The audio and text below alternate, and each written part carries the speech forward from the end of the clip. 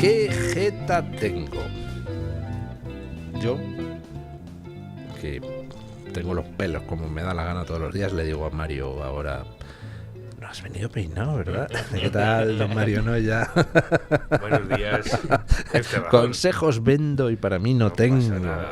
Hay que predicar la virtud, aunque uno no sea virtuoso. Sí, señor, sí, señor. Don Julián Victoria, ¿qué tal está usted? Don Luis, hoy estoy más radical que ayer, pero un poco menos que mañana, cuando me despierto y me doy cuenta que España ya no pertenece a Occidente y que nos hemos aliado con Corea del Norte, con China, con Irán, contra el mundo libre. Estoy absolutamente ojiplático. ¿Qué le deberá Pedro Sánchez a los ayatolás como para, sin que nadie le haya preguntado, salir a decir que Estados Unidos no puede usar sus bases? Pues es una buena pregunta. ¿Qué le debe a Irán? No sé. Deberíamos preguntar a algún experto. Le podemos preguntar a Pablo Iglesias, por ejemplo, a Irene Montero, ¿no? ¿Qué creen ustedes que le debe Pedro Sánchez a Irán? Bueno, yo creo que Pedro Sánchez está simplemente en huida hacia adelante, ¿no? Bueno, lo ha hecho durante toda esta legislatura.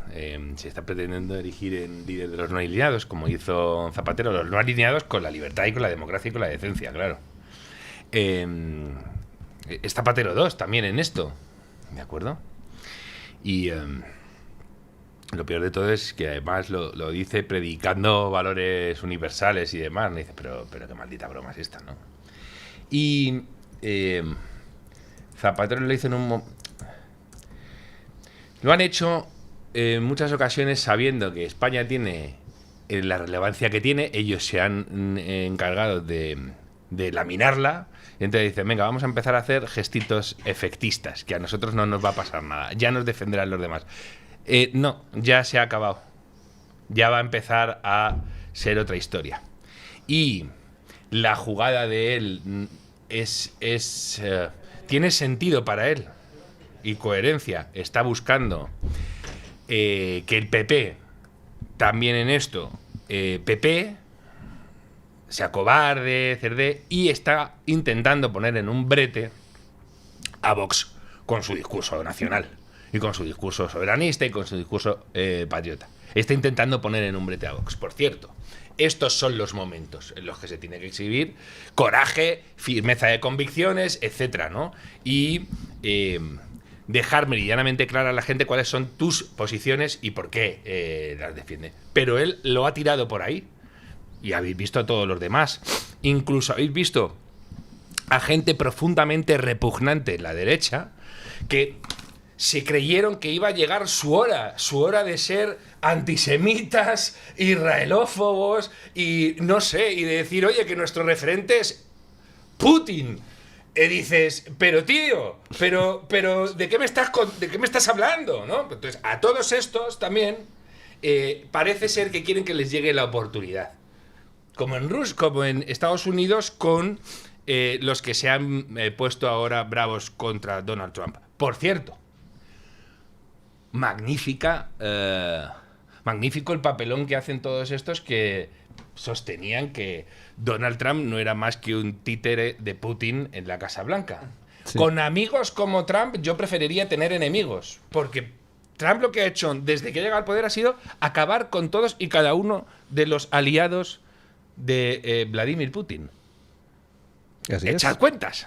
A ver qué ha pasado. Solo le falta Pedro Sánchez, ¿no? Es que hagamos una reflexión. El mismo tipo que perseguía al senil Biden por los pasillos de Naciones Unidas para ver si tenía 30 segundos con él de hablar en el baño, es el mismo que va a liderar la internacional antitrumpista contra un presidente que sacó a Maduro en calzones de su residencia, custodiado por la Guardia Pretoriana cubana, y que tardó 1 hora en descabezar a un régimen que lleva 50 años.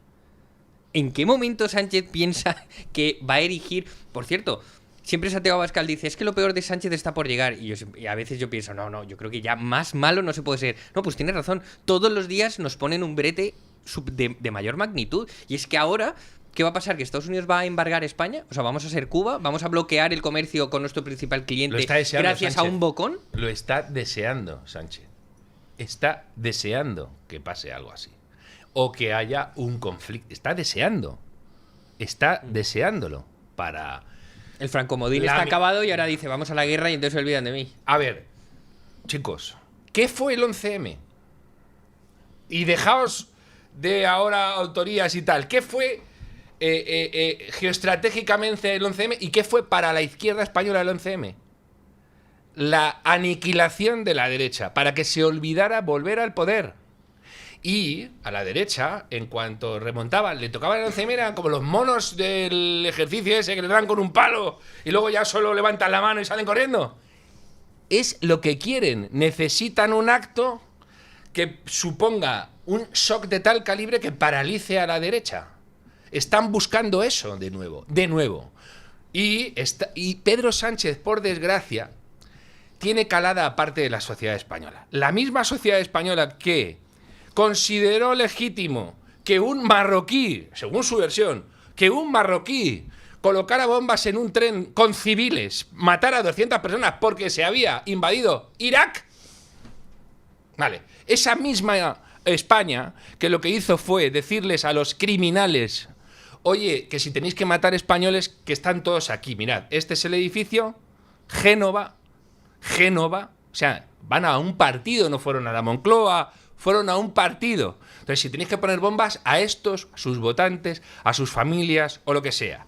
Y luego en las urnas lo refrendaron con una derrota estrepitosa del gobierno que debería haber salido reforzado con 500 diputados de 350. Con independencia de lo que hiciera luego ese gobierno, lo que hizo Estados Unidos con George Bush, etc. Bien, Sánchez sabe eso. Sánchez sabe que hay un reflejo en cierta España que es: yo me abrazo con quien sea, a mí no me des problemas. De hecho, viene Manual de Resistencia volumen 2, yo creo, ¿no? Y vayámonos a una guerra contra Estados Unidos a ver si puedo ganar las siguientes elecciones. No os quepa la menor duda que va a ir. Y además, fijaos,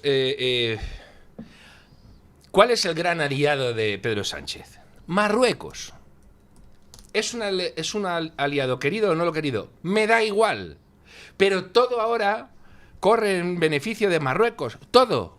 Y él, no sé, intentará a lo mejor comprar esta protección. Bueno, sí, yo me pego con Trump, pero como soy el amigo de Marruecos y le estoy permitiendo que tome el sur de Europa, pues me salvarán la vida. No lo sé, pero para España es criminal lo que está sucediendo. Por cierto, entiendes ahora mucho más también las concesiones de nacionalización, o sea, de nacionalidad, y lo que está pasando con el Sáhara y con las visitas con la bandera de España boca abajo, las prospecciones petrolíferas en el Sáhara y todo esto. Entonces, Marruecos explotando el petróleo en aguas Canarias. Claro, bueno, por cierto, que mucha gente igual, todo el mundo dice: ay, qué bien Marruecos, ya verás tú ahora aceite de Melilla. ¡Canarias!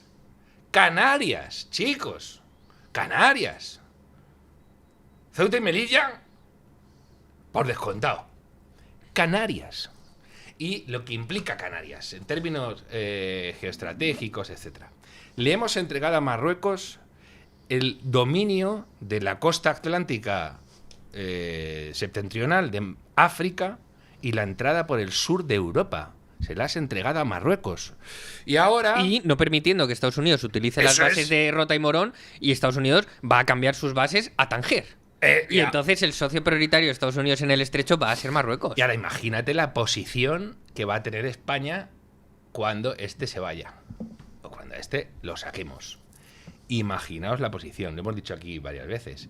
Sánchez está en: o me quedo, o después de mí, literalmente... No dejo nada, está en modo Sansón, a ver si derriba las columnas del templo. El diluvio, está además en todos los órdenes. Vais a ver lo que necesita el que venga.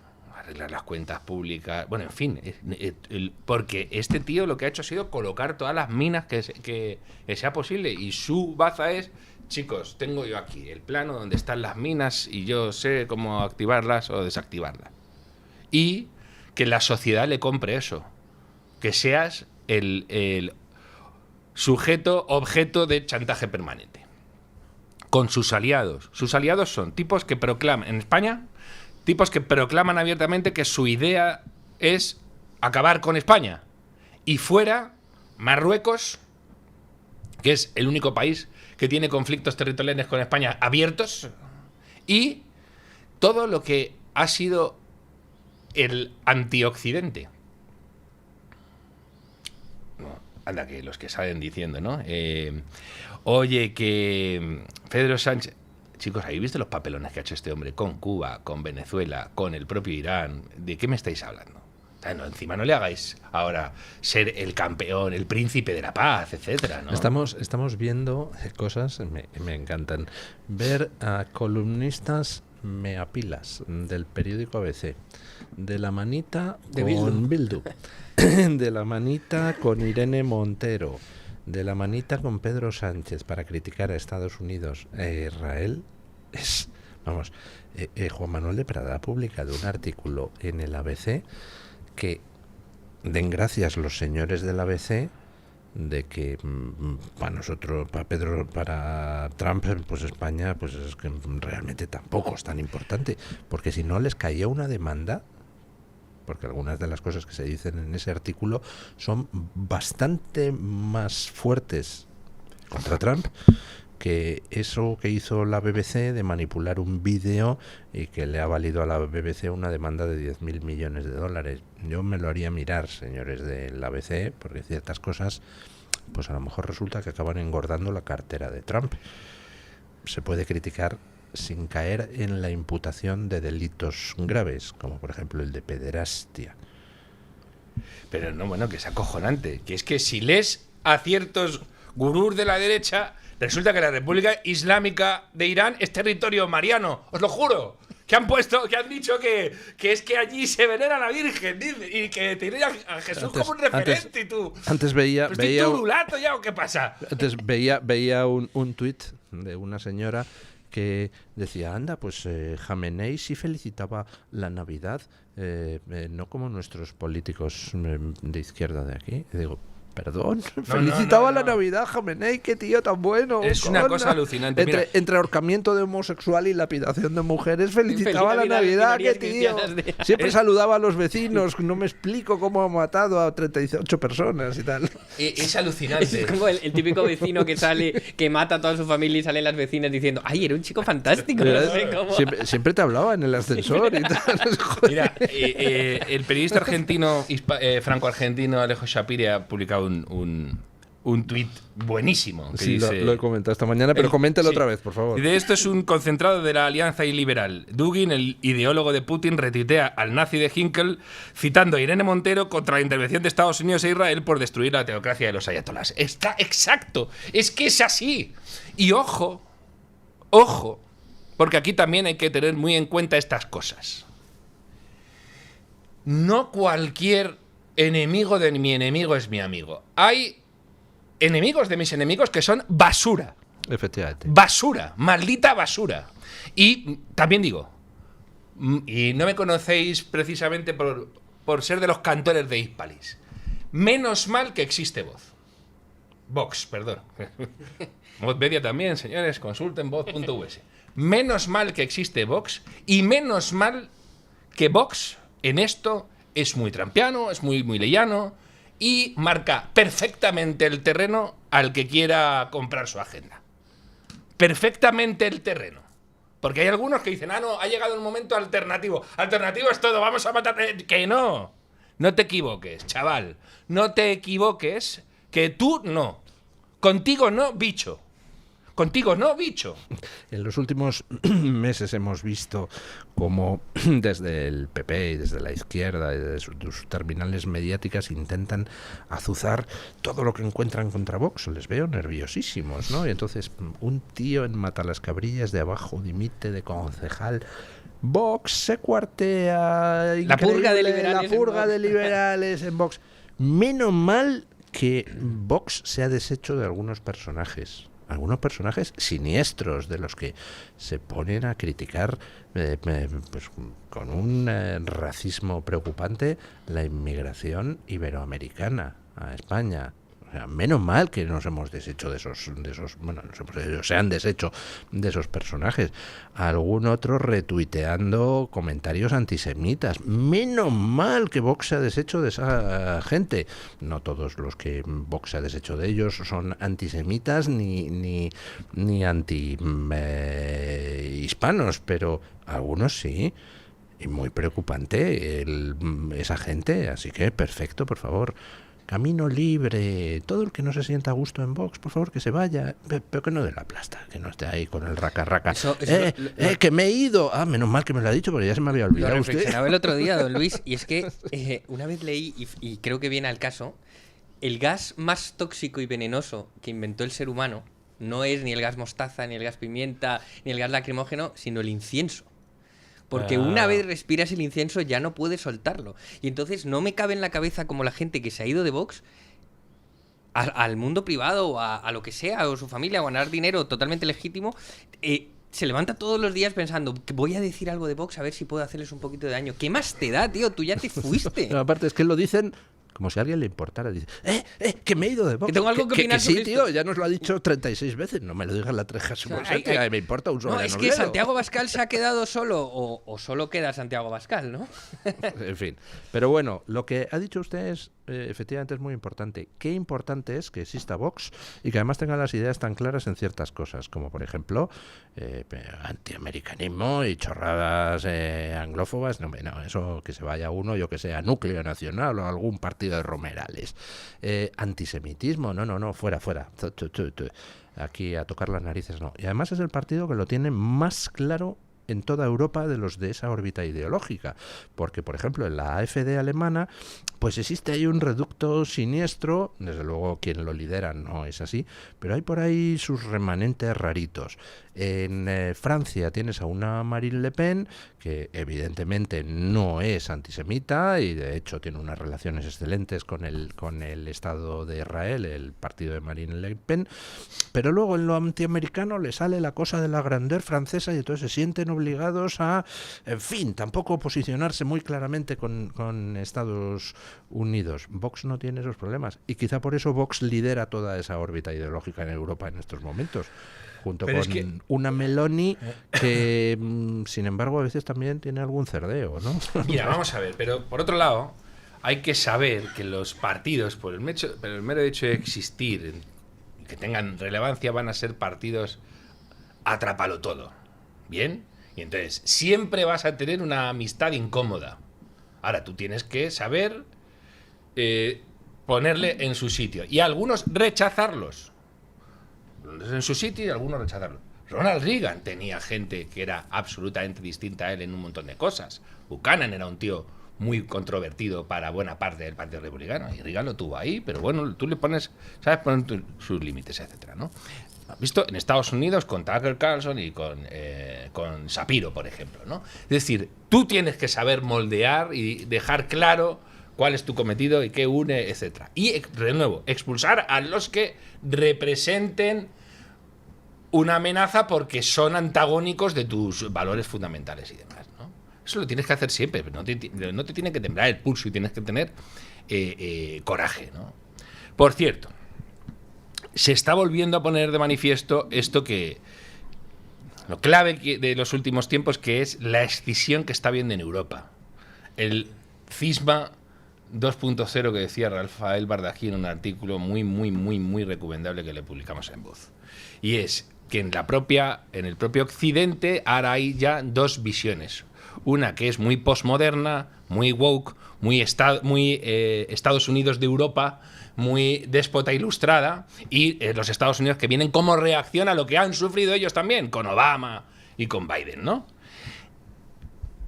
En este tipo de conflictos es donde de nuevo se revela que efectivamente hay un problema dentro de Occidente, y lo aprovechan actores como Rusia, actores como Irán, actores como China. Por cierto, articulazo en The Free Press titulado "Todo esto va sobre China". Literalmente. Todo esto el conflicto ahora mismo no es con Irán, es con China. Trump está diciendo a China, sobre todo, ya, a Putin ni te cuento, estáis solos.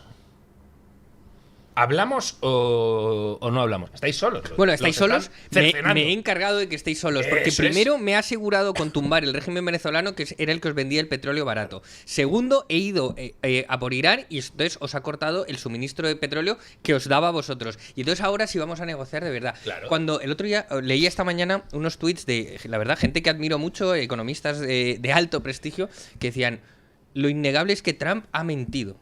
porque lo que dijo a lo que está haciendo es todo lo contrario. Prometió America First y se está metiendo en todos los países del mundo a decapitar regímenes. A mí ese es el sector que más me gusta. El de los liberales del centro centrado cipotudo, para los cuales todo es forma, nunca fondo, ¿no? Son los mismos que te defendían cuando los estafadores de los bancos con contratos de 750 páginas le sacaron con las preferentes a ancianitos, algunos de los cuales no tenían ni siquiera control de sus propios actos. Les sacaron hasta el tuetanillo y decían, decían estos liberales cipotudos, las firmas son de contratos, son sagradas. Y dice, tío, ¿cómo puedes decir eso? O sea, ¿cómo puedes avalar las estafas? Es siempre la forma frente al fondo. Literalmente. Y entonces es que Trump ha mentido porque dijo America First y se ha puesto a invadir todo el mundo. Es que literalmente está cumpliendo lo que dijo. Dijo America First y eso significa su seguridad nacional, que pasa por decapitar o descabezar regímenes, por hacer caer al régimen cubano, por no caer en la trampa de Tucídides y vencer la guerra hegemónica que hay con China. O sea, todo esto es America First. Por cierto, comentaba yo en las noticias lo importantísimo que es tener posturas claras, como dice don Mario, y mantenerlas contra viento y marea, aunque sea impopular, aunque al principio la gente no lo entienda. Vox desde el principio estuvo con Trump, estuvo con Milei cuando nadie daba un duro por ellos. Vox desde el principio se ha estado trabajando esa relación y por eso ahora Vox, cuando se ha producido esta crisis que ha desatado el cretino que tenemos en la Moncloa, ¿qué ha hecho Vox? Poner una campaña en inglés, con Abascal escribiendo en inglés para el público americano, la Fundación Disenso sacando una editorial en inglés para el público americano, Vox movilizando sus contactos en el Partido Republicano para que le hagan llegar el mismo mensaje a Trump, que es muy simple. Oye, Donald, que Sánchez, al primero que nos está fastidiando es a los españoles. Sánchez no es España. Así que redirijamos las represalias contra Sánchez y su purria, no contra España. Qué importante es haber estado trabajándose eso durante años para poder tener ahora entrada en el gobierno americano. Miras al otro lado, miras al PP y dices, ¿a quién puede recurrir ahora el PP? ¿Qué puede hacer? A nadie, no tiene contactos en el gobierno americano. En el momento en el que la CEPAC, la convención conservadora más importante del mundo, después de Donald Trump, habla Santiago Abascal, te das cuenta que el único que tiene relaciones internacionales con aquellos que están dando la batalla contra el mal es Vox. El Partido Popular abandonó la aventura iberoamericana y la aventura de líderes conservadores europeos hace mucho tiempo. Y esto además probablemente le moleste especialmente a Aznar, porque Aznar fue un tipo que verdaderamente tuvo mucho más influencia de la que tenía su país en un momento dado en el mundo. Yo he visto en Estados Unidos, en círculos conservadores, rendir homenaje a Aznar muchos años después de que abandonara el poder. Por eso lo que tú has dicho ahora le va a hacer mucha pupa, porque ese tipo de networking lo está haciendo Disenso. Y lo está haciendo. A lo mejor eso explica Vox. la rabia de Aznar contra Vox. Sí. Le han desplazado como... Claro, no, y porque, fijaos, y te encuentras... Mira, hace poco estuve en un seminario muy interesante y se hablaba de la transición y todo había salido muy bien. Y en las negociaciones constitucionales todavía salió muy bien. Y entonces de repente te decías, bueno, pues a ver si me explican qué es lo que ha salido mal en España. Porque esa misma gente te está diciendo, no, iba todo muy bien y de repente, ¿de repente qué? De repente ¿quién? Cuéntame. Incluso, mira, y de nuevo, todo es 11M. Vuelve al 11M. De nuevo. Es que fíjate, es que ni siquiera hace falta abrazar una tesis de qué pasó. El Partido Popular descansaba su éxito electoral en dos cosas, solo dos: la economía y la lucha antiterrorista. El Partido Popular presumió de haber acabado con ETA, cuando ETA no estaba enterrada. ¿La habías matado o no la habías enterrado? Te meten 200 muertos 2 días antes de unas elecciones en la capital de España y no te enteraste de qué pasaba, que era lo peor. Cuando vimos las operaciones de intoxicación que se producen y de repente ves que tu gobierno está despistado. No mintieron, no sabían qué había pasado. Entonces tú ahí tienes que decir, ¿y ahora qué? llevabas en el gobierno 8 años y no sabes qué te ha pasado. Te ha metido 200 muertos en unas elecciones que ibas a ganar. Además habías soltado el manillar. Nombra a Rajoy. Fíjate, no era Metternich, nunca lo fue. ¿Por qué? Porque ibas a ganar las elecciones. 200 muertos, macho. Ni te enteraste de por dónde te venían. Entonces, así ha sucedido. Bueno, hacemos una pausa publicitaria y volvemos. Quizá ya vaya a empezar la comparecencia de Pedro Sánchez, el bombero torero. Bueno, tenemos con nosotros a dos invitados ilustres. Don Emilio Esteban Anza, de CEU Cefas. ¿Qué tal está usted? Muchas gracias, buenos días, Luis, y muchas gracias por concedernos este potente altavoz tuyo para dar a conocer esta iniciativa. Y don Juan Navarrete, del Instituto Juan de Mariana. ¿Qué tal está usted? ¿Qué tal, Luis? Buenos días, un placer. Bueno, nuestros entrevistados de hoy vienen para hablar de algo, pues la verdad es que impacta.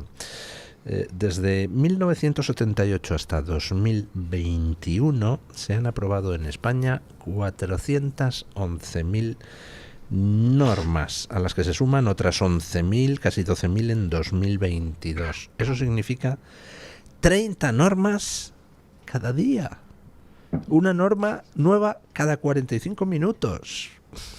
Pero esto es un sin Dios, que se suele decir. Eso es.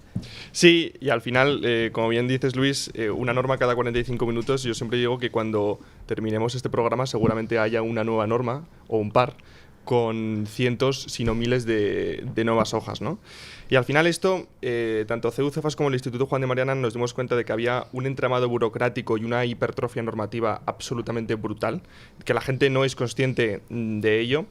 Y según el informe, un último informe que sacó el Instituto Juan de Mariana, que se denomina asfixia empresarial, el coste de la sobreregulación de toda esta hipertrofia normativa alcanza los 90.000 millones de euros. Estamos hablando de que es casi un 5% del PIB nominal, un 7,5% real, más o menos, ¿no? Pero claro, no son 90.000 millones que el Estado tenga para gastar si no estuviera esa regulación, sino que son 90.000 millones en general en la economía. Y para ponerlo en un pequeño ejemplo, ¿no? Por ejemplo, el código de edificación que se quiere sacar aquí en España para que, por ejemplo, un edificio tenga que tener X material ecosostenible, o que tenga la obligación, por ejemplo, de 2 plazas de parking de bicicletas, que yo no sé cómo es una plaza de parking de bicicletas, sinceramente, hace que el coste de cada vivienda ascienda en 18.000 euros. Es decir, esto básicamente quiere decir que en España está... Yo, sinceramente, perdóneme el exabrupto, pero creo que un parking de bicicletas debería implementarse atando una cuerda alrededor de los testículos de un político y colgando la bicicleta de ahí. Efectivamente, porque básicamente estamos hablando de que en España es imposible, o está prohibido, literalmente por ley, construir vivienda barata. Entonces, por una parte, este coste económico, y por otra parte, esa inseguridad jurídica que da esta hipertrofia normativa es brutal, porque claro, un inversor, tanto nacional como internacional, que quiera venir a España a poder abrir una empresa, a poder emprender, dice, oye, yo tengo esta normativa, esas 411.000 normas que ha nombrado antes Luis, que son absolutamente complejas, se entrelazan entre ellas, se contradicen entre ellas, además, y que cada 45 minutos tengo una nueva ley, es humanamente imposible que nadie esté al tanto de toda la normativa que se ejecuta y que se declara en España. Por lo tanto, la inseguridad que te da eso a la hora de invertir tu capital es total, ¿no? Don Emilio, han puesto ustedes en marcha un proyecto, un estudio que se llama Desenredar España, donde pues han analizado de todo ese aluvión de normas, a ver qué hacemos con él, y han analizado las que se han aprobado, las leyes en época de Sánchez, y llegan a la conclusión de que de cada 6, 5 habría que echarlas a la basura o reformarlas profundamente, porque no es que no sirvan para nada, es que son perniciosas. Eso es, esta iniciativa nace con una doble convicción, es algo que me gusta aclarar al principio. Por un lado, como ha explicado perfectamente Juan, entendemos de manera unánime dentro del equipo, cada uno con sus sensibilidades y su línea de pensamiento concreta, existe un consenso absoluto en torno a la necesidad de afrontar pues este problema estructural que padece España, que es el de la hipertrofia normativa. Y por otro lado, la convicción de que gobernar, por supuesto, exige principios, exige coherencia, pero exige también una visión a largo plazo, ¿no? Disponer de una hoja de ruta es lo que consideramos que marca la diferencia entre lo que es una mera alternancia en el poder y lo que es verdaderamente gobernar, ¿no? Y aquí consideramos que las instituciones de la sociedad civil, como puede ser el Instituto Juan de Mariana, CEU-CEFAS o la Fundación Frida Argentina, con la que también tengo que colaboramos. interrumpir porque va a hablar nuestro querido presidente desde la Moncloa. Queridos y queridas compatriotas, me dirijo a vosotros para informaros de la crisis que se ha desatado en Oriente Medio, de la posición del Gobierno de España y de las acciones que estamos llevando a cabo. Como sabéis, el pasado sábado Estados Unidos e Israel atacaron a Irán, que a su vez respondió bombardeando de forma indiscriminada 9 países de la región y una base británica situada en un estado europeo, en Chipre. Quiero, ante todo, expresar la solidaridad del pueblo español con los países atacados ilegalmente por el régimen de Irán. Desde entonces, las hostilidades han continuado, cuando no crecido, provocando centenares de muertes en hogares, en escuelas, en hospitales, también el desplome de las bolsas internacionales y la disrupción del tráfico aéreo y del estrecho de Hormuz, por el que transitaba hasta hace muy poco el 20% del total del gas y petróleo mundial. Nadie sabe con certeza qué pasará ahora. Ni siquiera están claros los objetivos de quienes lanzaron el primer ataque. Pero tenemos que estar preparados, tal y como dicen los promotores, para la posibilidad de que esta sea una guerra larga, con numerosas bajas y, por tanto, con consecuencias graves también a escala global en términos económicos. La posición del Gobierno de España ante esta coyuntura es clara y consistente. Es la misma que hemos mantenido en Ucrania o también en Gaza. En primer lugar, no a la quiebra de un derecho internacional que nos protege a todos, especialmente a los más indefensos, a la población civil. En segundo lugar, no a asumir que el mundo solo puede resolver sus problemas a base de conflictos, de bombas. Y finalmente, no a repetir los errores del pasado. En definitiva, la posición del Gobierno de España se resume en 4 palabras: no a la guerra. El mundo, Europa y España ya han estado aquí antes. Hace 23 años, otra administración estadounidense nos arrastró a una guerra en Oriente Medio. Una guerra que, en teoría, se dijo entonces, se hacía para eliminar las armas de destrucción masiva de Saddam Hussein, llevar la democracia y garantizar la seguridad global. Pero que, en realidad, visto en perspectiva, produjo el efecto contrario, desencadenó la mayor oleada de inseguridad que ha sufrido nuestro continente desde la caída del muro de Berlín. La guerra de Irak generó un aumento drástico del terrorismo yihadista, una grave crisis migratoria en el Mediterráneo oriental y un incremento generalizado de los precios de la energía y, por tanto, también de la cesta de la compra, del coste de la vida. Ese fue el regalo del trío de las Azores a los europeos de entonces: un mundo más inseguro y una vida peor. Es verdad que aún es pronto para saber si la guerra de Irán tendrá consecuencias semejantes a la de Irak, si servirá para provocar la caída del terrible régimen de los ayatolás en Irán o para estabilizar la región. Lo que sí sabemos es que de ella no va a salir un orden internacional más justo. Ni tampoco va a salir de ella salarios más altos, ni mejores servicios públicos, ni un medio ambiente más saludable. De hecho, lo que de momento podemos vislumbrar son más incertidumbre económica, subidas de precio de petróleo y también del gas. Por eso, desde España estamos en contra de este desastre, porque entendemos que los gobiernos estamos aquí para mejorar la vida de la gente, para aportar soluciones a los problemas, no para empeorar la vida de la gente.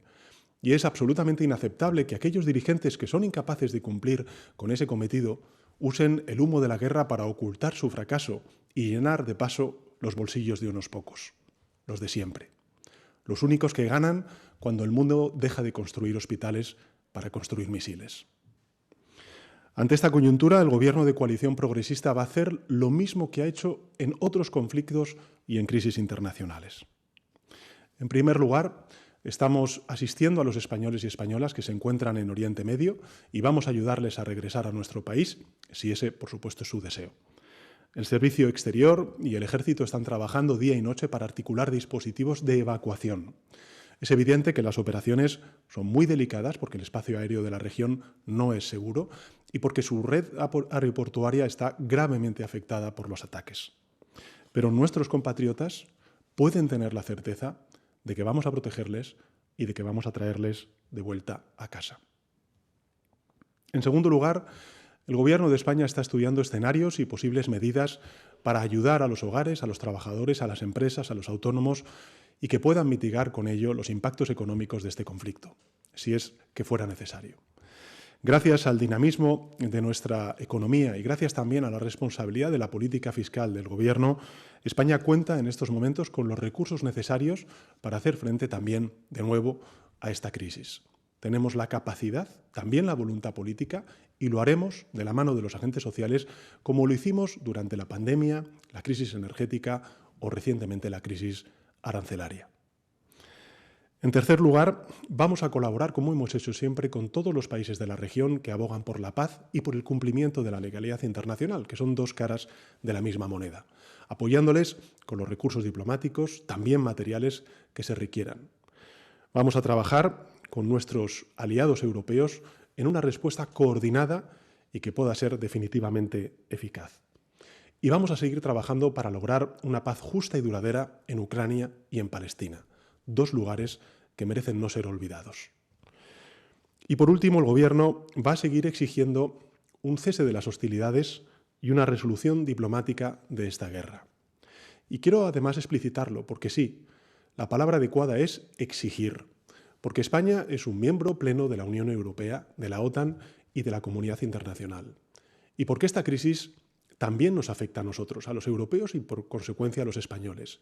Y por eso tenemos que exigir toda la resolución a Estados Unidos, a Irán, a Israel, para que paren antes de que sea demasiado tarde. Lo he dicho en muchas ocasiones y lo repito ahora, no se puede responder a una ilegalidad con otra, porque así es como empiezan los grandes desastres de la humanidad. Recordemos cómo antes del inicio de la Primera Gran Guerra Mundial en el siglo XX, en agosto de 1914, alguien le preguntó al entonces canciller de Alemania cómo había empezado la Primera Guerra Mundial. Y él respondió encogiéndose de hombros y diciendo textualmente, ojalá lo supiera. Ojalá lo supiera. Muy a menudo las grandes guerras estallan por una concatenación de respuestas que se van de las manos por culpa de errores de cálculo, fallos técnicos, acontecimientos imprevistos. Por tanto, debemos aprender de la historia y no podemos jugar a la ruleta rusa con el destino de millones de personas. Las potencias involucradas en este conflicto deben cesar inmediatamente las hostilidades y apostar por el diálogo y la diplomacia. Y los demás debemos actuar con coherencia, defendiendo ahora los mismos valores que defendemos cuando hablamos de Ucrania, de Gaza, de Venezuela o de Groenlandia. Porque la pregunta no es si estamos o no a favor de los ayatolás. Nadie lo está. Desde luego no lo está el pueblo español y, por supuesto, tampoco el Gobierno de España. La pregunta, en cambio, es si estamos o no del lado de la legalidad internacional y, por tanto, de la paz. La ciudadanía española siempre repudió la dictadura de Saddam Hussein en Irak, pero no por ello apoyó la guerra de Irak, porque era ilegal, porque era injusta y porque no supuso una resolución real a casi ninguno de los problemas que pretendió resolver. Del mismo modo, nosotros repudiamos al régimen de Irán, que reprime, que mata vilmente a sus ciudadanos, particularmente a las mujeres, pero al mismo tiempo rechazamos este conflicto y pedimos una solución diplomática y política. Algunos nos van a acusar de ser ingenuos por hacerlo, pero lo ingenuo es pensar que la solución es la violencia. Ingenuo es creer que las democracias o el respeto entre naciones brotan de las ruinas, o pensar que practicar un seguidismo ciego y servil es una forma de liderar. Al contrario, yo creo que esta posición no es en absoluto ingenua, es coherente. Y por tanto no vamos a ser cómplices de algo que es malo para el mundo y que también es contrario a nuestros valores e intereses, simplemente por el miedo a las represalias de alguno. Porque nosotros tenemos una confianza absoluta en la fortaleza económica, institucional y también diría moral de nuestro país. Y porque en momentos como este nos sentimos más orgullosos que nunca de ser españoles. Somos conscientes de las dificultades. Pero también sabemos que el futuro no está escrito, que la espiral de violencia que muchos ya dan por sentada es absolutamente evitable y que la humanidad aún puede dejar atrás este integrismo de los ayatolás y también la miseria de la guerra. Algunos dirán que estamos solos en esta esperanza, pero tampoco es verdad. El Gobierno de España está con quienes tiene que estar. Está con los valores que nuestros padres y abuelos fijaron en nuestra Constitución. España está con los principios fundacionales de la Unión Europea, está con la Carta de Naciones Unidas, está con el derecho internacional y, por tanto, está con la paz y la existencia pacífica entre países y su convivencia. Estamos, además, con muchos otros gobiernos que piensan como nosotros y también con millones de ciudadanos y ciudadanas que en toda Europa, en Norteamérica y en Oriente Medio, lo que piden al mañana no es más guerra o más incertidumbre, sino más paz y más prosperidad. Porque lo primero solo beneficia a unos pocos y lo segundo nos beneficia a todos. Muchas gracias. 9 y no he desayunado. Si Trump quiere ayuda, que la pida. Eso es básicamente el asunto. Es una broma, don Mario Noya. ¿Se han fijado ustedes en lo que no ha dicho Sánchez? En lo que no ha mencionado. ¿Cuál es el elefante en la habitación que no ha querido tocar? Los iraníes. Las iraníes, los homosexuales colgados de grúas, las mujeres lapidadas, los manifestantes masacrados por Irán. Para esos no ha tenido ni una maldita palabra. Es decir, para decir, hombre, saludamos el que se puedan liberar de esa opresión odiosa, para eso no ha hecho nada. Y ha usado una comparación histórica muy curiosa y tramposa. Dice, porque ¿cómo se llegó a la Primera Guerra Mundial? ¿Por qué te fijas en la primera, Sánchez? ¿Por qué no te fijas en la segunda? ¿Cómo se llegó a la Segunda Guerra Mundial? Con un régimen que se dedicaba a agredir a sus vecinos, como Irán, como un régimen que reprimía a su población con toda la crueldad, como Irán, y al final las potencias occidentales que habían estado intentando evitar la guerra por todos los medios, no tuvieron más remedio porque el nazismo, como es el islamismo radical, es insaciable. ¿Por qué te vas a la Primera Guerra Mundial y obvias la Segunda? So farsante. Dice, hay mucha gente haciendo dinero con la guerra, como tú con las renovables y con las obras públicas. Pedazo de... en fin. Bueno, ¿qué les ha parecido aquí el muchacho? Ojo, es una cosa alucinante. Bueno, lo hemos dicho al principio. Se presenta como el líder de los no alineados. No ha dicho, creo, ni una vez la palabra aliados. Ni una vez. Ni una vez. Es más, ha dicho... Nosotros estamos con quienes tenemos que estar. Y ha empezado a citar derechos y la ONU. No está hablando, solo ha dicho la OTAN al principio, como para decir, no me podéis echar, pero no se considera, está fuera de, porque no está ni con Estados Unidos e Israel, ni con Irán. No ha mencionado la palabra aliados en ningún momento. Y va de Chamberlain. Se le ha olvidado también lo que pasó antes del no a la guerra, que es el 11S. Que a lo mejor se le olvida a la gente lo que fue el 11S y que había un tipo que había gaseado a su propia población, a los kurdos, que había gaseado, que le dijeron, oye, no tendrás armas nucleares por ahí, ni armas de destrucción masiva, y se negaba a, que eso fue lo que precipitó en ese contexto explícito la guerra de Irak. Por cierto, que vayan a Irak a preguntar a la gente si... Oye, verdaderamente estaban mejor con el carnicero de Saddam Hussein, que tenía uno de los regímenes represivos más espeluznantes de la zona, o ahora que votan, etcétera, con todas las turbulencias que ha tenido Irak, ¿vale?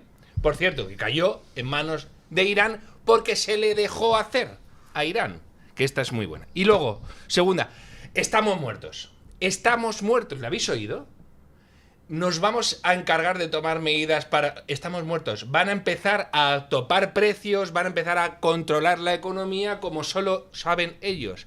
Y este maldito indeseable ha dicho que estamos en una posición espléndida para gestionar este tipo de cosas, que nuestra economía va como un tiro, ¿dónde? En las pelotas, va. Como un tiro en las pelotas de los contribuyentes. ¿Se han dado cuenta ustedes de otra cosa que tampoco ha mencionado? Igual que no ha mencionado a los iraníes.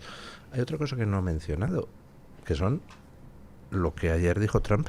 Esta es una comparecencia escrita antes de que Estados Unidos anunciara cómo, pues te voy a cortar las relaciones comerciales, ¿no? Don Luis, muy llamativo lo que ha dicho Mario. No ha mencionado la palabra aliados. A lo mejor es porque sus aliados son Bildu, Esquerra y todos esos, y entonces no era políticamente correcto decirlos. Me ha llamado la atención 4 cosas. La primera, ha dicho, hoy nos sentimos orgullosos de ser españoles. ¿Quién de sus aliados que los mantienen en el gobierno se siente orgulloso de ser español? Ninguno.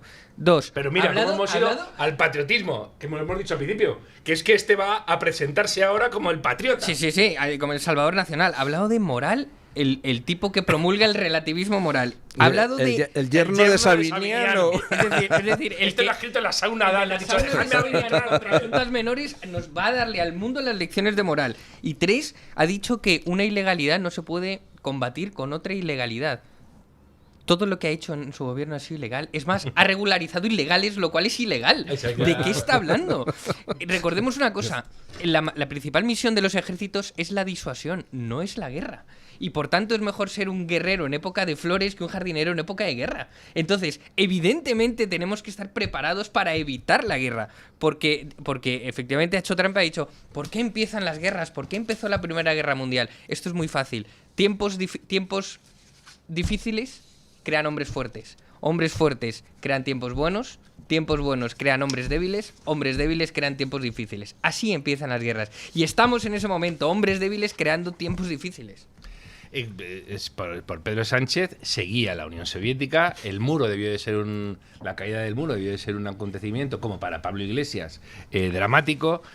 En fin, ¿qué os voy a contar que no sepáis? Y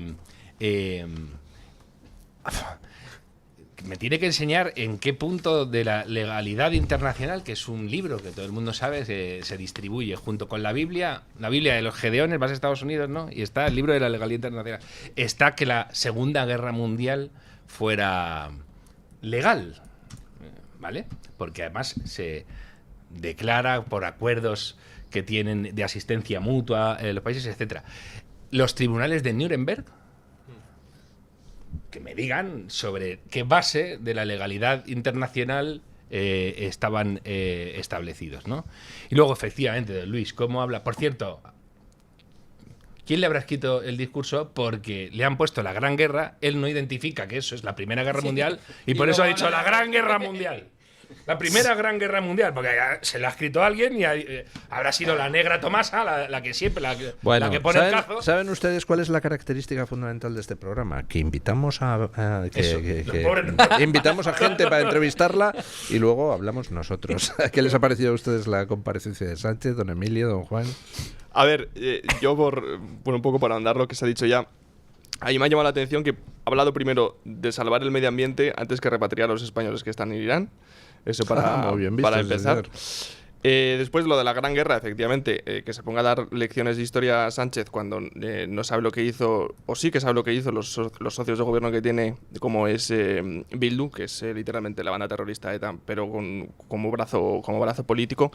Pues en fin, y además que se nota mucho, efectivamente, como decía Luis, que está grabado, porque en realidad esto debería haber sido una contestación a las declaraciones que hizo Trump el otro día de que iba a cortar relaciones comerciales, pero no ha dicho absolutamente nada de Estados Unidos.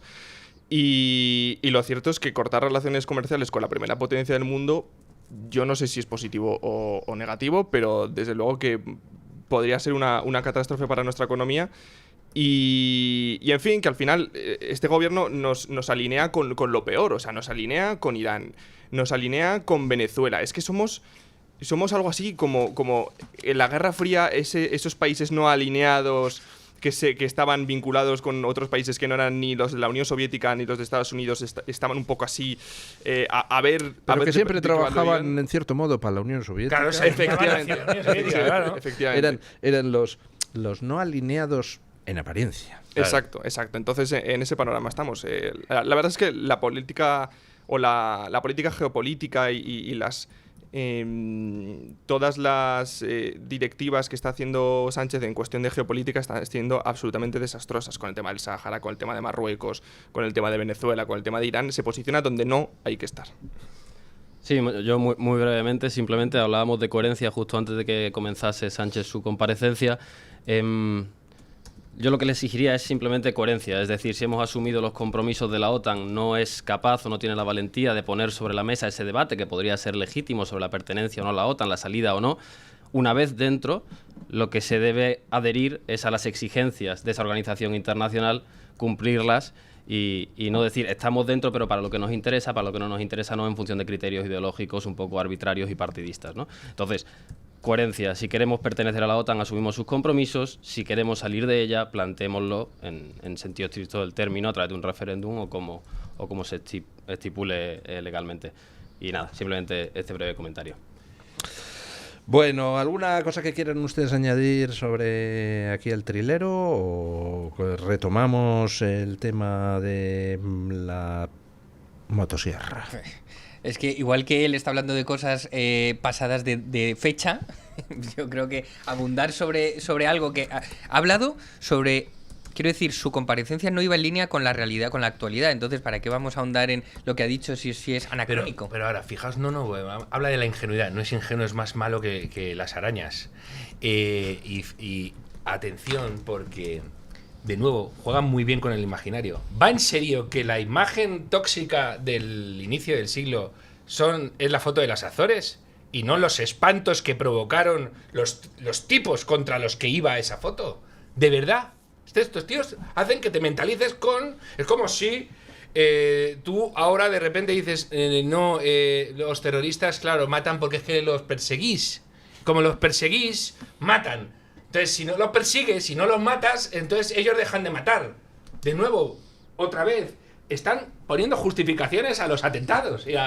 Claro, esto pasa porque nosotros hemos actuado. Van siempre así. La foto de las Azores de verdad es el mal. Ahí es el problema de la derecha cobarde. Que no se ha atrevido nunca a defender esa fotografía. Y a decir, ¿qué foto estás defendiendo tú? Plantéamelo. Y además se les ha olvidado lo que era Saddam Hussein, el invasor de Kuwait y el de la espantosa guerra de Irán. Que por el otro lado tenían a los ayatolás. No sé si conocéis esta historia que te deja espeluznado. Mandaban niños al frente con llaves en el cuello para el paraíso. Eran niños que iban abriendo minas. Eran niños que los ponían literalmente de carne de cañón. Pero claro, ya dicen que son sahids, que ya son mártires y todo se acaba. Esto era con lo que estábamos lidiando, ¿de acuerdo? Y el orden internacional del que se beneficia, el gorrón está hecho por gente que paró los pies a esa chusma. De todas formas, plantea una cosa muy interesante todo esto. Si se fijan ustedes, siempre el ciclo son 2 años. Se producen los atentados del 11S. ¿Cuánto necesitó la izquierda progre occidental para dar la vuelta a la opinión pública? 2 años. Entonces ya empieza todo lo del trío de las Azores. El ataque, el pogromo contra Israel del 7 de octubre. ¿Cuánto necesitó la izquierda occidental progre para darle la vuelta a la opinión pública y venderlo del genocidio, Israel, genocidas? 2 años. Siempre hacen lo mismo. Cuando hay un prodigio de brutalidad por parte de sus aliados, siempre hacen lo mismo. Repliegue inicial para luego, 2 años después de un machaque constante de la opinión pública, tratar de darle la vuelta a la tortilla. Bueno, pues tenemos que aprender de la historia y no dejar que nos lo hagan con este otro siempre, detalle, ¿no? Siempre, de minuto 1, hay uno que dice, eso es una salvajada, criminales, genocidas, no sé cuánto. O sea, vamos a ver, nosotros tenemos una ministra que está sujeta, sigue siendo ministra, que el 7 de octubre, no el 8, el 7 de octubre publicó una fotografía con un guerrero palestino con una onda diciendo arriba... Que eso era resistencia. El 7 de octubre no había hecho nada Israel, salvo... ver cómo exterminaban a judíos. Ver cómo exterminaban a judíos. Esta hizo eso. ¿Dónde está el gobierno ahora? En eso, claro. Entonces, ¿qué hacen? Van corriendo a la ventana para ver qué es legítimo y qué no es legítimo. Y entonces están que aquí blanqueando todo el argumentario comunista, proterrorista, todo lo que queréis. Escuchad a Bildu. Dejemos ya a este sujeto Y vamos con la motosierra. Estábamos hablando de ese, ¿qué es? ¿Proyecto? ¿Qué es libro? ¿Es estudio? ¿Es cátedra universitaria? ¿Qué es? Desenredar España. Se le ha llamado comúnmente en los artículos de prensa y en pequeñas entrevistas que hemos tenido en radio, informe. A mí me gusta hablar más de documento de trabajo, porque es un documento que recopila los resultados de 7 o 8 meses de trabajo sobre la normativa, sobre la legislación, 243 normas con rango de ley, aprobadas desde 2018, es decir, desde el acceso de Pedro Sánchez a la Moncloa, ¿no? Entonces, se han extraído unos resultados que eran los que comentábamos. Nosotros, es cierto que todos estos datos que hemos mencionado de la hiperregulación normativa son cruciales, son fundamentales para saber el contexto en el que nos movemos, para saber el campo de juego que tenemos, que es verdaderamente alarmante, pero creemos que la nota diferencial de este trabajo es la hoja de ruta que queremos marcar y que queremos ofrecer a un posible futuro ejecutivo compuesto previsiblemente por PP y Vox. Pues un poco al estilo de lo que, salvando las diferencias evidentemente, lo que hizo el Ministerio de Regulación en Argentina o lo que hizo Trump en su primer mandato, ¿no? Tuvieron una serie de think tanks, de organizaciones de la sociedad civil, como la American First Policy Institute, que prepararon desde el día 1 de acceso al Ejecutivo por parte de Donald Trump una hoja de ruta de 100 días, habiendo analizado previamente, los años previos a ese acceso al gobierno, toda la legislación, posibles reformas, posibles derogaciones, posibles mantenimientos de normativa, ¿no? Y esto es un poco lo que estamos haciendo. ¿Dónde se puede encontrar ese informe? Este informe está publicado en la página web de CEU-CEFAS. CEU-CEFAS es el think tank vinculado a la Universidad San Pablo CEU. Sí, y la página web la sabemos. Sí, es ceucefas.com. ¿Todo junto o con todo guioncito? Todo en junto, medio. todo junto en minúscula. ceucefas.com. Y allí está el informe Desenredar España. Eso es, que recoge, como comentaba, pues algunos de los datos preliminares que hemos extraído después de analizar esas 243 normas que lo apuntabas tú al principio, al comenzar. Lo que se ha hecho a través de un equipo que combina expertos jurídicos con economistas especializados en políticas públicas, gente con experiencia institucional y sobre todo ingeniero de datos. Hemos compuesto este equipo humano de aproximadamente 15 personas junto con una herramienta tecnológica que lo que viene a combinar es inteligencia artificial y herramientas de Big Data. Una herramienta que acumula 649.000 normas del Boletín Oficial del Estado, tanto en vigor como derogadas, para a través de un proceso de autoaprendizaje, pues tener criterio y capacidad de discernimiento y de análisis de normas junto a 5.000 documentos oficiales de instituciones como el Banco Central Europeo, el Banco de España, Fondo Monetario Internacional, que nos permite a este equipo humano pues analizar las normas en base a 5 criterios fundamentales. El primero sería el de carga regulatoria, extensión de la norma, complejidad de la norma, y hemos añadido un último que tiene que ver con la carga ideológica del texto de las normas. Es decir, la inteligencia artificial, este análisis de Big Data, permite en el análisis del texto determinar si este texto es efectivamente neutral, relativamente objetivo, atiende a necesidades concretas de la población civil, o bien presenta claros indicios de ser un texto sesgado y partidista, ¿no? Y a partir de estos criterios, pues las normas se analizan y se organizan en 5 bloques, en función de su posible derogación, modificación o mantenimiento. Aquellas que son susceptibles de derogación o mantenimiento componen el 84% de estas 243 normas desde 2018, normas con rango de ley, repito, aprobadas desde 2018. Es decir, 204 de estas 243 normas son susceptibles o bien de ser derogadas desde el momento primero de la llegada al gobierno del siguiente ejecutivo, o bien son susceptibles de reforma en profundidad. Aquellas que no son susceptibles de ser derogadas desde el minuto 1 de acceso al gobierno es principalmente porque están vinculadas a compromisos europeos. Es decir, hay muchas de esas normas que son fruto de la involucración de España en los planes de recuperación, transformación y resiliencia de la Unión Europea, a través de los cuales se conceden los fondos Next Generation. Entonces son una exigencia comunitaria que requeriría ciertas negociaciones con Bruselas antes de poder proceder o bien a la reforma o a la derogación. De lo contrario, este número sería mucho más elevado. Bueno, es uno de los temas. O sea, ya está. La reforma de la justicia, la desregulación, son dos pilares. El cambio de la reforma de la ley electoral. Brutal. Esa para empezar. Pero lo de las regulaciones es de lo que más afecta a la vida cotidiana de la gente. Gente que tiene que echar el cierre a negocios perfectamente legítimos, gente que ve que no puede abrirse paso en sectores en los que podría aportar porque no puede cumplir con normas. Cuando le explicas en extranjero ya ni te cuento. No, antes mencionaba don Juan una cosa importantísima, es que ¿por qué no hay vivienda en España? ¿Por qué no hay vivienda barata?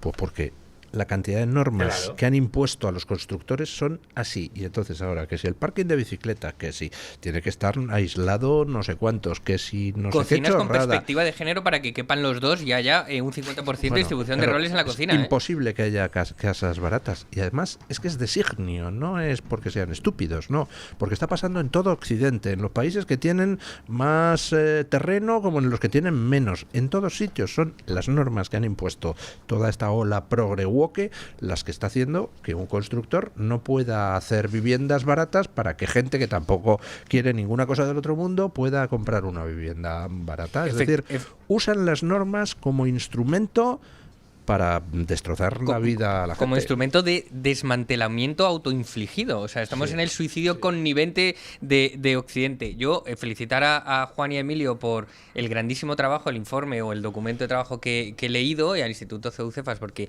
creo que efectivamente, como Mario, que es uno de los grandes objetivos nada más entrar al gobierno, que es desregular España. Empezando por lo más superfluo, que es la baliza V16, bueno. Hasta abajo en profundidad, ¿no? Yo me he apuntado varios datos de vuestro informe que me parece muy relevante, los has comentado antes.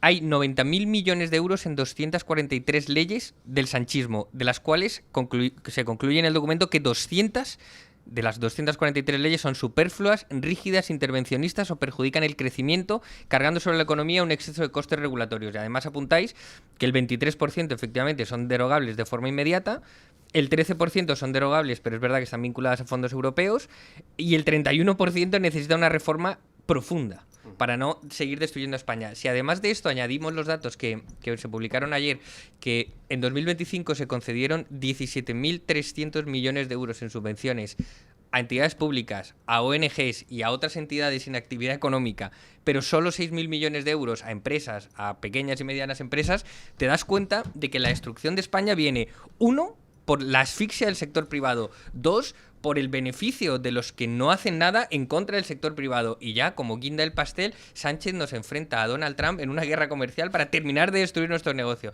La verdad que nos va efectivamente como un tiro en las pelotas. No, pero además, la regulación...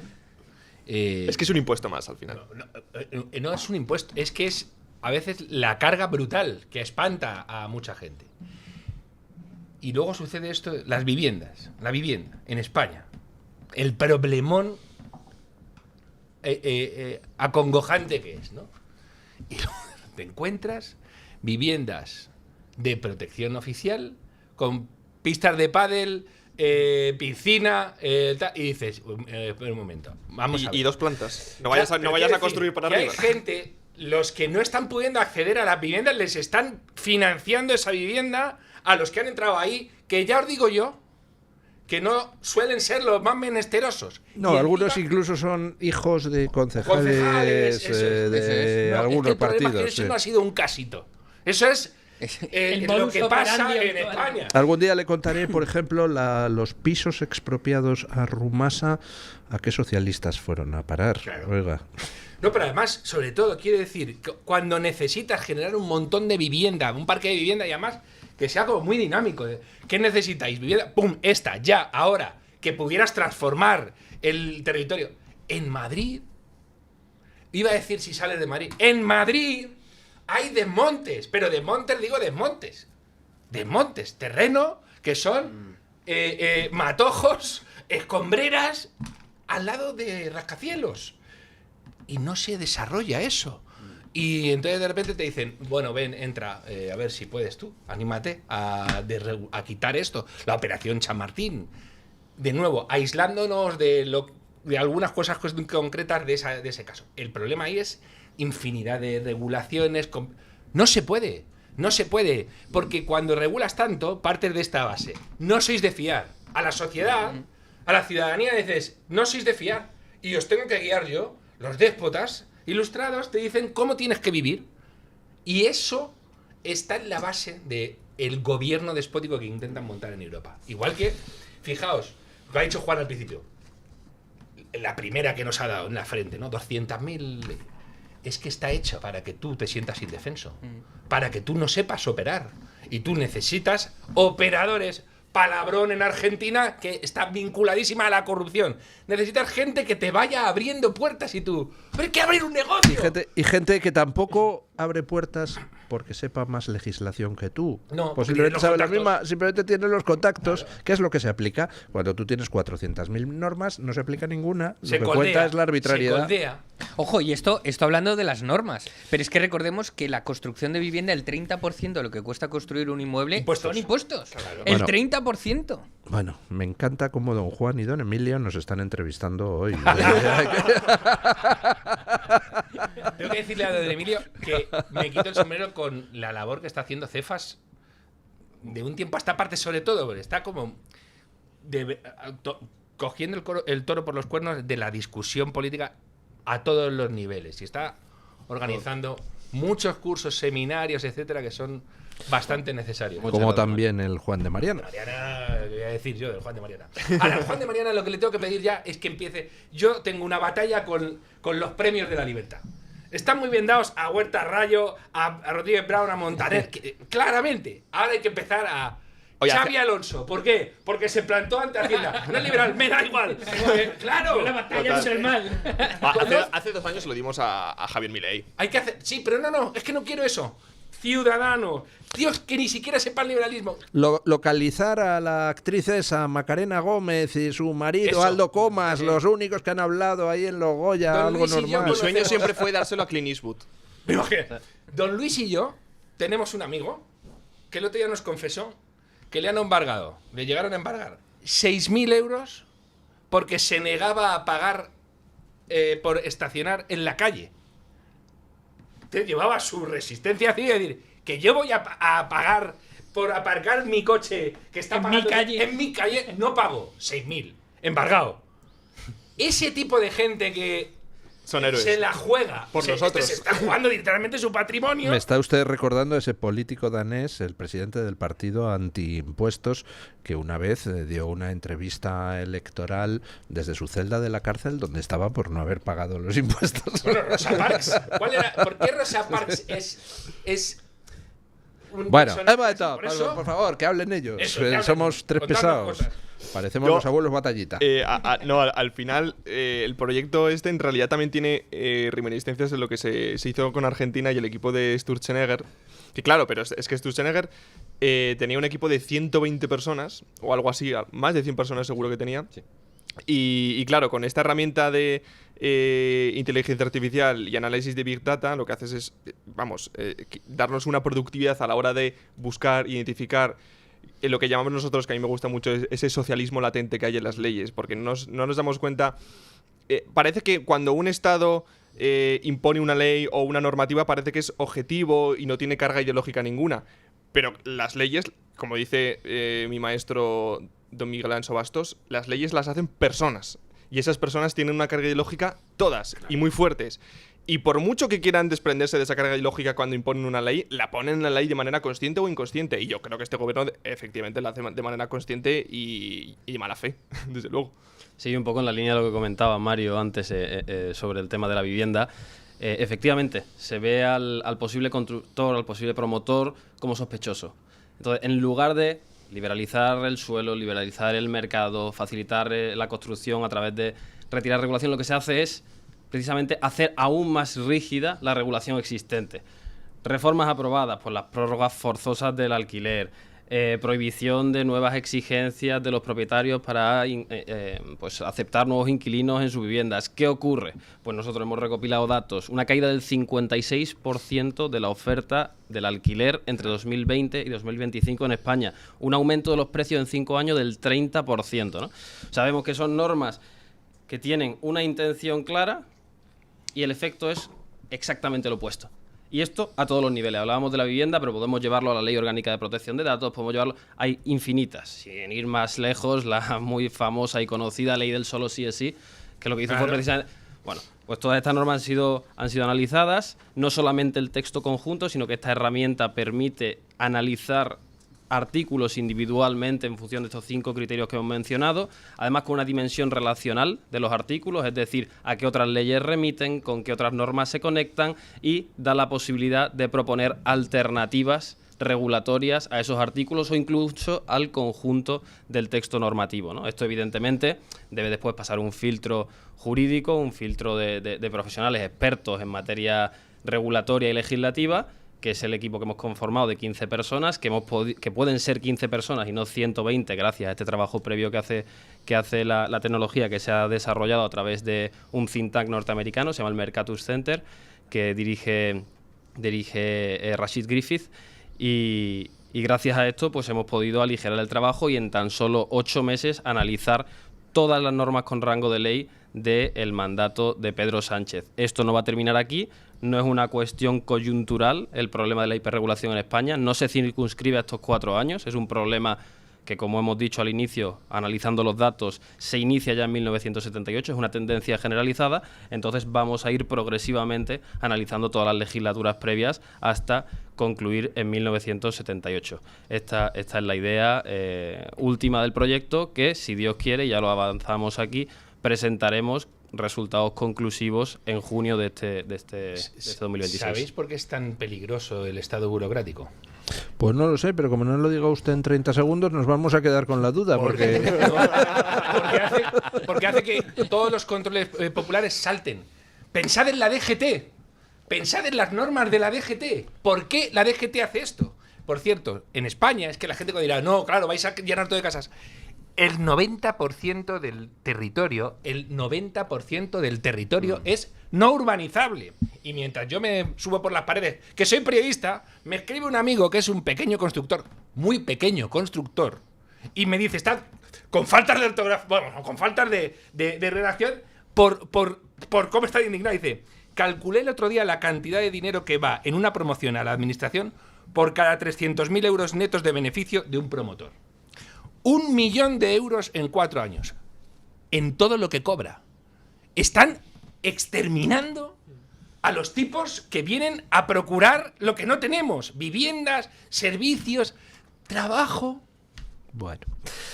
Don Emilio Esteban Anza y don Juan Navarrete, de CEUCEFAS, del Juan de Mariana. Muchísimas gracias a los dos por haber venido a este programa y por presentarnos este proyecto, y muchísimas gracias por poner en marcha el informe, el estudio, como usted prefiera llamarlo.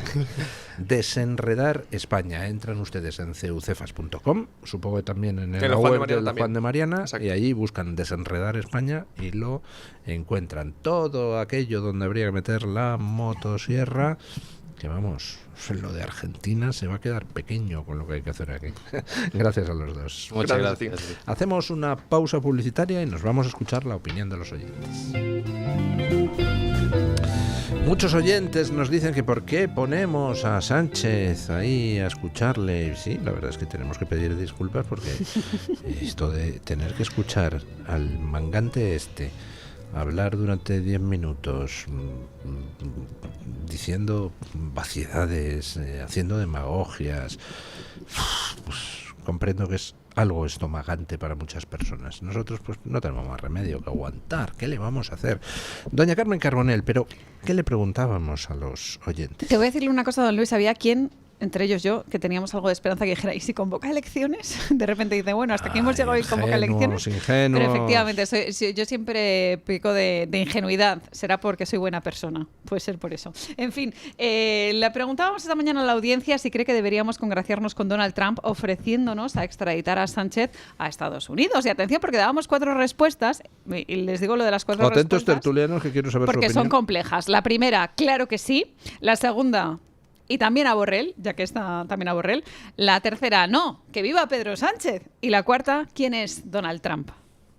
¿Qué votarían ustedes? No está lo que yo votaría. ¿Qué es? Lo que yo votaría es a ese pérfido lo juzgamos aquí.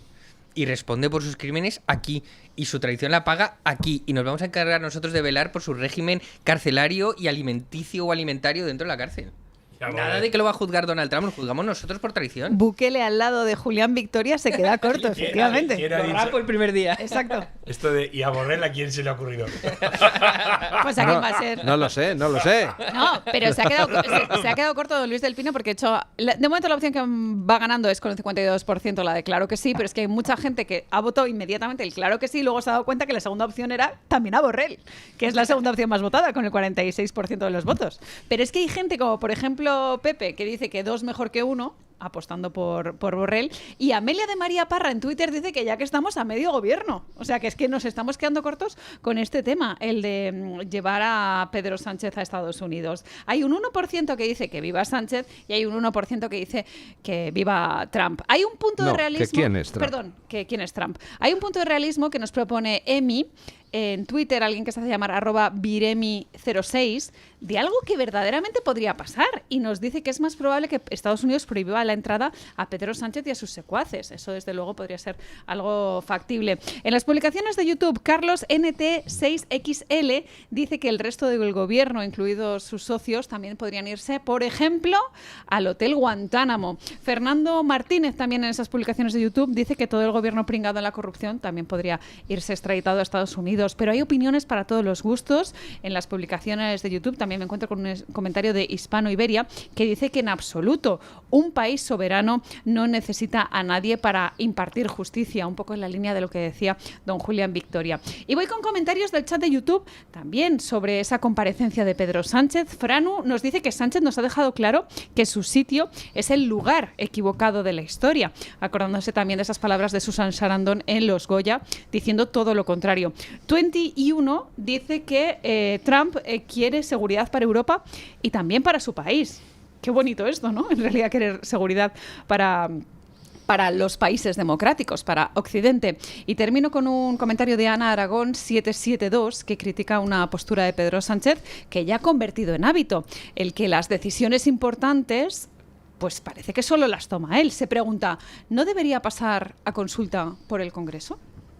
No sé, o al menos por el comité ejecutivo de su partido, yo qué sé. Un momento, él ya afirmó, yo voy a gobernar con o sin el Congreso, ¿no? ¿En qué momento creen que va a pasar por el Congreso? Bueno, yo creo que lo ha consultado con quien tenía que consultarlo. Ha llamado a su contacto en Pekín, le ha dicho, ¿qué hago con esto? Y a Mohamed. Sí. A Y a Mohamed VI, sí. Oye, vamos a ver, un momento. La cosa china.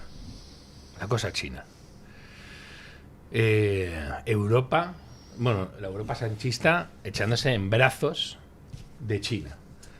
El canal chino CGTN transmitiendo a través de Canal Red. Que Sí. lo sube Movistar Lo va a Plus subir Movistar. a su plataforma. Es que aquí todo está Bueno, unidito. hablaremos de China en otro programa posterior porque nos hemos quedado sin tiempo. Ponemos punto final a la tertulia con don Paco Linares, que nos trae 10 observaciones que se resumen en 2. Buenos días, don Paco.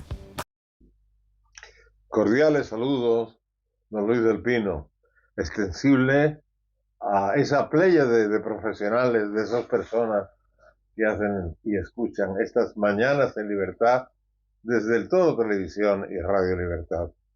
Ayer comenté 10 observaciones como un decálogo. Cada uno era un antónimo de los 10 mandamientos de la Iglesia Católica. Estas observaciones iban destinadas a todos los tiranos, asesinos, abusones, y también se resume ese decálogo en 2. Primero, ama al poder sobre todas las cosas. Y segundo, odia al prójimo que no te vote. Lo digo por usted, Pedro Sánchez Castejón, y por su partido. Aunque no pensé solo en usted, sino en todos los dictadores, y hay muchos en el mundo por desgracia.